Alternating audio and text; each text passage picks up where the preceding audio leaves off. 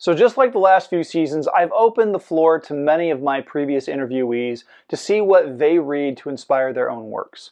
This first top 10 list of season 7 is no exception. Our first guest host, SM Warlow, was featured last season in the December episode, and we discussed the space opera that he writes. I've invited him back, and he was more than willing to share the titles that boost his creativity. Hello, this is SM Warlow, author of the Tales of the Phoenix Titans series. I'm here today to give you a top 10 list of the books that have influenced me over the years and that have struck a chord as I've read them. So I'm going to start off this list with Leviathan Wakes by James S.A. Corey. This is book 1 of The Expanse. Now, those of you who've read my books or who actually know me in person know that The Expanse is hugely influential on me in terms of prose, not so much in the style. Leviathan Wakes for me is a really important book. It was the first time I read the story, it was around the time where I was commuting a lot back and forth into London every day. And there's something about that book that really grabbed me. The characters are beautifully written, and the focus is very much on 2 point of views. And it really strikes a chord. I think it's a really great opener for a series. And as the series evolves, obviously you still look back on that first one, and there's kind of this cyclical poetry to it all. So yeah, really fantastic book. Second in my list of top 10 is a bit of a departure from that. So it's Gone Girl by Gillian Flynn, also adapted into a movie about 10 years ago. Fantastically written book, a massive departure from The Expanse, obviously, but a really interesting book, and actually stronger, I think, than the film. So Gillian Flynn delves into very much the impact of the 2008 financial crisis and the kind of ramifications that has on our characters. It largely still follows the same plot as the movie, but there's just a little bit more to it that feels kind of more deep divey when you get into it. The third book on my list is Altered Carbon by Richard K. Morgan. Fantastically written first-person point of view story, first in the Takeshi Kovacs series. It's a really great noir read, kind of perfect for fans of Blade Runner, I would say. It delves into kind of future tech, and it's got a very kind of hopeless feel to it. So it's a really fantastic read, and I strongly recommend that to anyone who likes their sci-fi. The fourth on my list is Bad Luck and Trouble by Lee Child. It is one of the many Jack Reacher novels that are out there and was adapted into the 2nd season of the series quite recently.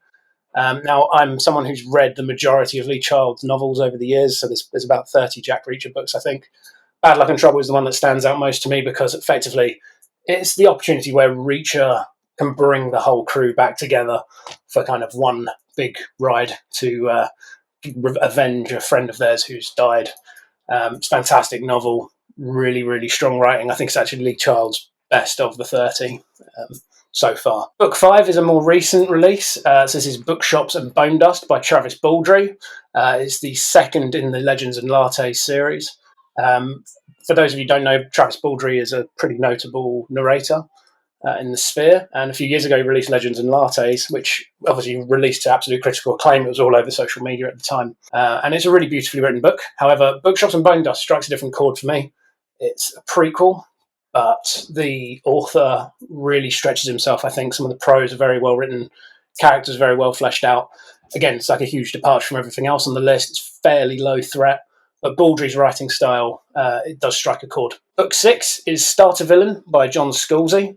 It's a comedy book based in kind of what's the word for it, like a James Bond style universe where the lead protagonist learns basically that his uncle is this James Bond style supervillain, and basically through a series of unfortunate events inherits his uncle's villainous empire. Book 7 is Consider Phlebas by the master of science fiction, Iain M. Banks. It's the first book in the Culture series, and there's a reason why Iain M. Banks is so revered as a writer today. This book was released in 1985, I believe, and Banks just has a really amazing ability to world build. Culture is vast and just incredible. Science fiction fans, I would strongly encourage you to read. Book 8 on my list is Star Wars Shadows of the Empire. Now, I'm of an age where I can remember when Shadows of the Empire released. It was this big media thing that happened in the 90s where there was a Nintendo 64 game, there was a book, there was an audio book, And it's just incredible. It's a story based between Empire Strikes Back and Return of the Jedi. So Luke's learned that Vader is his father, Han Solo's in the Carbonite. And this story is about the crew coming together along with Dash Rendar, who is a sort of a stand-in for Han Solo. Absolutely incredible story, super nostalgic for me. It's quite a short read, it's only sort of 3 hours audiobook, I believe, but well worth it if you get the time. Book 9 is Ready Player One by Ernest Cline. Cline's books for me are quite interesting because I'm not a child of the 80s especially, but a lot of the references in there I think are kind of, they strike a chord with anyone who's sort of that era, who's seen any of those movies. I think Ready Player 2 leans more heavily into the 80s nostalgia, like there's a lot of references to Pretty in Pink and Prince and all this sort of stuff, whereas Ready Player One, although it's been adapted into a movie, I think the book steers towards something slightly different. So a lot of the Easter eggs are quite different in the novelization compared to the movie. But yeah, absolutely 100% recommend that read to anyone who kind of likes their video games or their sort of pop culture. It's a really interesting read. Finally, number 10 is The Great Gatsby by F. Scott Fitzgerald.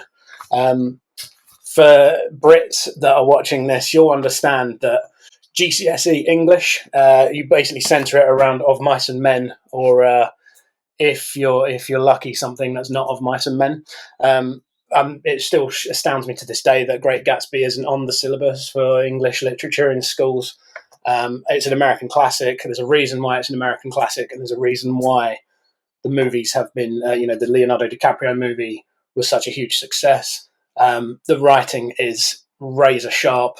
Yeah, there's a couple of strange plot holes there in the book, but as far as it goes in terms of getting you to that sort of intrigue with the character of Gatsby and all of the sort of nuances that come with the character and the world that they're in, it's just brilliant. I can't recommend it enough. Anyway, that has been my top 10 list. This is SM Warlow signing off. A big thank you goes out to SM Warlow for being our first guest host of Season 7. If you're interested in the books that he's mentioned, you can find those ISBN numbers listed down in the video description when the segment gets harvested and uploaded separately to YouTube on Wednesday. Now, if you're interested in connecting with Mr. Warlow or picking up copies of his amazing series, you'll find those links featured down in the video description.